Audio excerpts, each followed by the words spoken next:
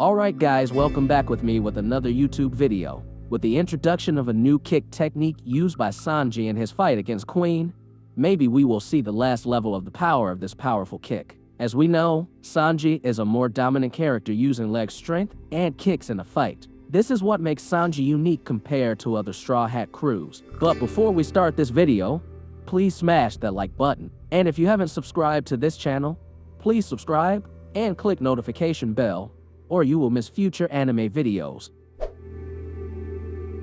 With his kick technique, many enemies have been defeated. Sanji himself has many kicking techniques, one of which is Diable Jambe. Diable Jambe is a technique where he can release fire from his kicks. The hotter Sanji's feet, the faster his kicks, and the stronger his power. After the time skip, Sanji was also shown to have a new, more powerful kick technique. This kick technique came to be known as Hell Memories. However, what's interesting is that in the fight against Queen, apart from using the Hell Memories technique, Sanji is also shown using a new kick technique, HYPEKAGE, which is believed to be the development of Diable Jambe. Talking about Diable Jambe and HYPEKAGE, some fans believe that Sanji will have a stage or third level of his Jambe technique, and the technique is also likely to be adapted from mythology. Ichiro Oda is known to be very happy to apply mythology in his story. And for the third stage of the Jambe technique, Sanji is believed to be Surtur Jambe in Norse mythology.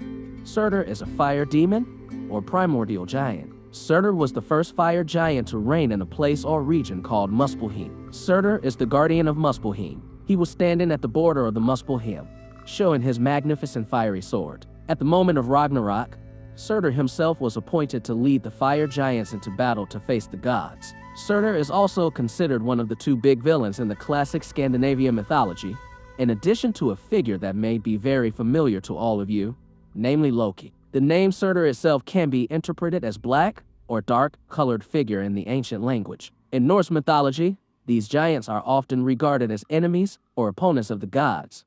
Based on the explanation above, there are some Surtur connections with Sanji's figure, and also the Jambe technique that he mastered. First is the fire demon, then the connection with Loki.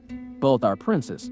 Then Surtur and Sanji have the same nickname of Black, and Sanji is an enemy to the rulers. In the Thriller Bark arc, Zoro once told Usopp that if Sanji continued to be angry, he might turn into something. In the fight against Queen, Sanji said that the fire in his body came from the deepest desire in him, so the fire could still be hotter and bigger. In chapter 1033 yesterday, Sanji said that due to his exoskeleton abilities as well as armament haki, his legs ended up withstanding the very hot fire.